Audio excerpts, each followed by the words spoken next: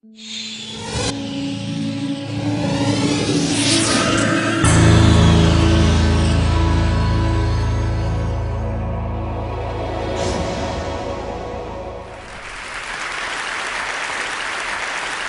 I was president of the American Psychological Association, they tried to media train me. And an encounter I had with CNN summarizes what I'm going to be talking about today, which is the 11th reason to be optimistic. The editor of Discover told us 10 of them. I'm going to give you the 11th. So they came to me, CNN, and they said, Professor Seligman, would you tell us about the state of psychology today? We'd like to interview you about that. And I said, great. He said, but this is CNN, so you only get a soundbite. So, well, how many words do I get? I said, well, one. Cameras rolled, and she said, Professor Seligman, what is the state of psychology today? Good. Cut. That won't do. We'd really better give you a longer soundbite. Well, how many words do I get this time? Well, you get 2. Dr. Seligman, what is the state of psychology today? Not good.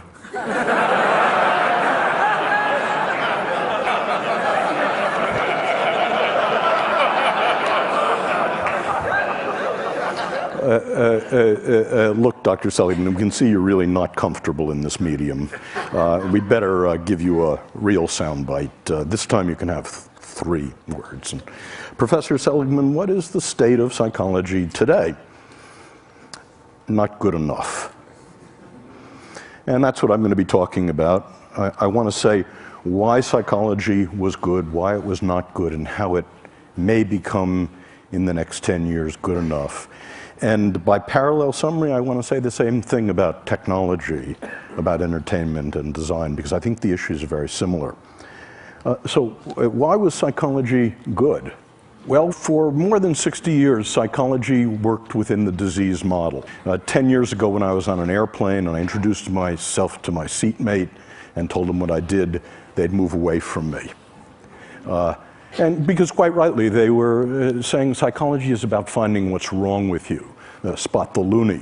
And now when I tell people what I do, they move toward me. And what was good about psychology, about the $30 billion investment NIMH made, about working in the disease model, about what you mean by psychology, is that 60 years ago, none of the disorders were treatable. It was entirely smoke and mirrors. And now 14 of the disorders are treatable, 2 of them actually curable. And the other thing that happened is that a science developed, a science of mental illness, that we found out that we could take fuzzy concepts like depression, alcoholism, and measure them with rigor. That we could create a classification of the mental illnesses, that we could understand the causality of the mental illnesses. We could look across time at the same people, for example, who are genetically vulnerable to schizophrenia, and ask what the contribution of mothering, of genetics are. And we could isolate third variables by doing experiments on the mental illnesses.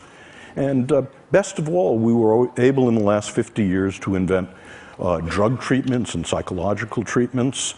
And then we were able to test them rigorously in random assignment, placebo-controlled designs, throw out the things that didn't work, keep the things that actively did. And the conclusion of that is that psychology and psychiatry of the last 60 years can actually claim that we can make miserable people less miserable. And I think that's terrific. I'm proud of it.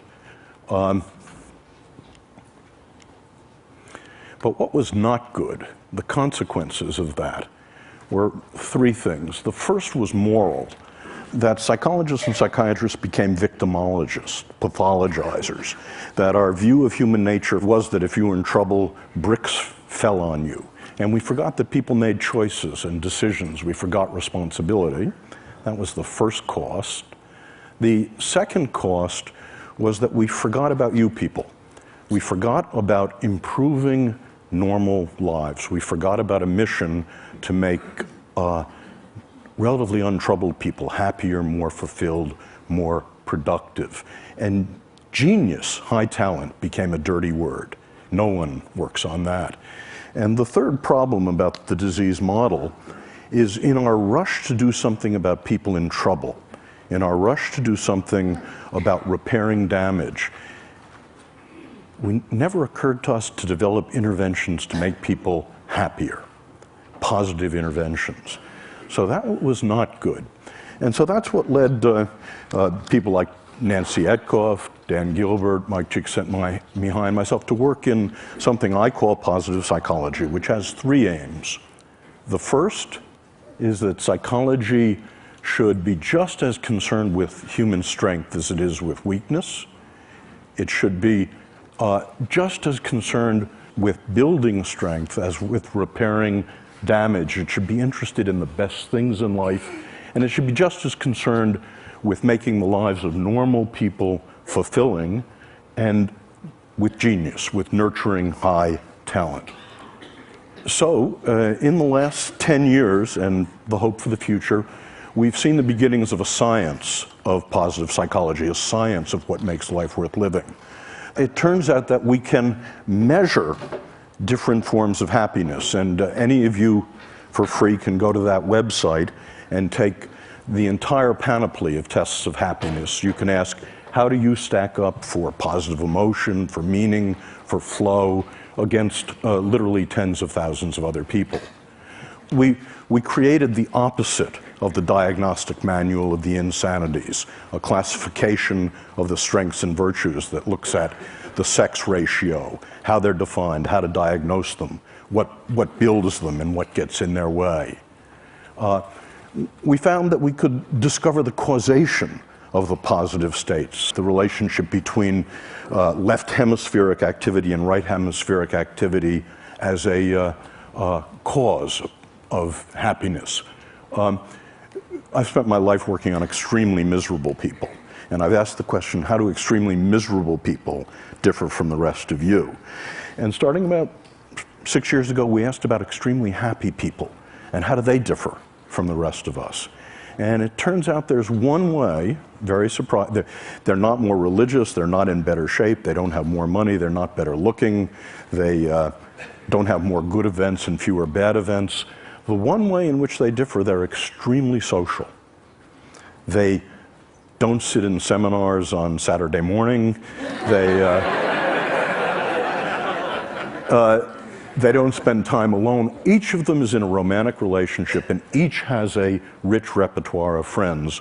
But watch out here. This is merely correlational data, not causal, and it's about happiness in the first Hollywood sense I'm going to talk about. Happiness of ebullience and giggling and good cheer. And I'm going to suggest to you that's not nearly enough in just a moment. We found we could begin to look at interventions over the centuries, from the Buddha to Tony Robbins. About 120 interventions have been proposed that allegedly make people happy. And we find that we've been able to manualize many of them, and we actually carry out random assignment efficacy and effectiveness studies. That is, which ones actually make people lastingly happier. In a couple of minutes, I'll tell you about some of those results. But the upshot of this is that the mission I want psychology to have, in addition to its mission of curing the mentally ill, in addition to its mission of making miserable people less miserable, is, can psychology actually make people happier? And to ask that question, happy is not a word I use very much. We've had to break it down into what I think is askable about happy. And I believe there are three different, and I call them different because different interventions build them. It's possible to have one rather than the other. Three different happy lives. The first happy life is the pleasant life. This is a life in which you have as much positive emotion as you possibly can, and the skills to amplify it. The second is a life of engagement, a life in your work, your parenting, your love, your leisure. Time stops for you. That's what Aristotle was talking about. And third, the meaningful life. So I want to say, we're interested in how much life satisfaction people have. This is really what you're about. And that's our target variable. And we ask the question, as a function of the 3 different lives, how much life satisfaction do you get? So we ask, and we've done this in 15 replications involving thousands of people, to what extent does the pursuit of pleasure, the pursuit of positive emotion, the pleasant life, the pursuit of engagement, time stopping for you, and the pursuit of meaning contribute to life satisfaction? And our results surprised us. They were backward of what we thought. It turns out the pursuit of pleasure has almost no contribution to life satisfaction. The pursuit of meaning is the strongest, and this is the pursuit of engagement is also very strong. Where pleasure matters is if you have both engagement and you have meaning, then pleasure is the whipped cream and the cherry, which is to say the full life, the sum is greater than the parts if you've got all 3. Conversely, if you have none of the 3, the empty life, the sum is less than the parts. And what we're asking now is, does the very same relationship, physical health, morbidity, how long you live, and productivity follow the same relationship? That is, in a corporation, is productivity a function of positive emotion, engagement, and meaning? Is health a function of positive engagement, of pleasure, and of meaning in life? And there is reason to think the answer to both of those may well be yes. So Chris said that the last speaker had a chance to try to integrate what he heard, and so this was amazing for me. I've never been in a gathering like this. I've never seen speakers stretch beyond themselves so much, which was one of the remarkable things. But I found that the problems of psychology seem to be parallel to the problems of technology, entertainment, and design. In the following way, we all know that technology, entertainment, and design have been and can be used for destructive purposes. We also know that technology, entertainment, and design can be used to relieve misery. And by the way, the distinction between relieving misery and building happiness is extremely important. I thought when I first became a therapist 30 years ago that if I could make someone, if I was good enough to make someone not depressed, not anxious, not angry, that I'd make them happy. And I never found that. I found the best you could ever do was to get to 0, that they were empty. And it turns out the skills of happiness, the skills of the pleasant life, the skills of engagement, the skills of meaning are different from the skills of relieving misery. And so the parallel thing holds with technology, entertainment, and design, I believe. That is, it is possible for these 3 drivers of our world to increase happiness, to increase positive emotion, and that's typically how they've been used. But once you fractionate happiness the way I do, not just positive emotion, that's not nearly enough. There's flow in life and there's meaning in life.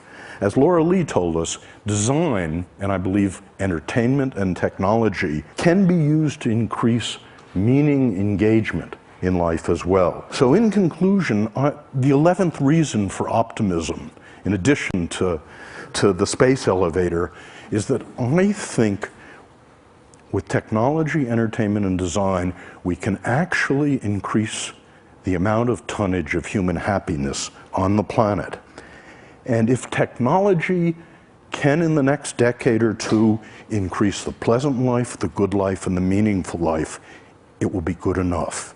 If entertainment can be diverted to also increase positive emotion, meaning, eudaimonia, it will be good enough. And if design can increase positive emotion, eudaimonia, and flow, and meaning, what we're all doing together will become good enough. Thank you.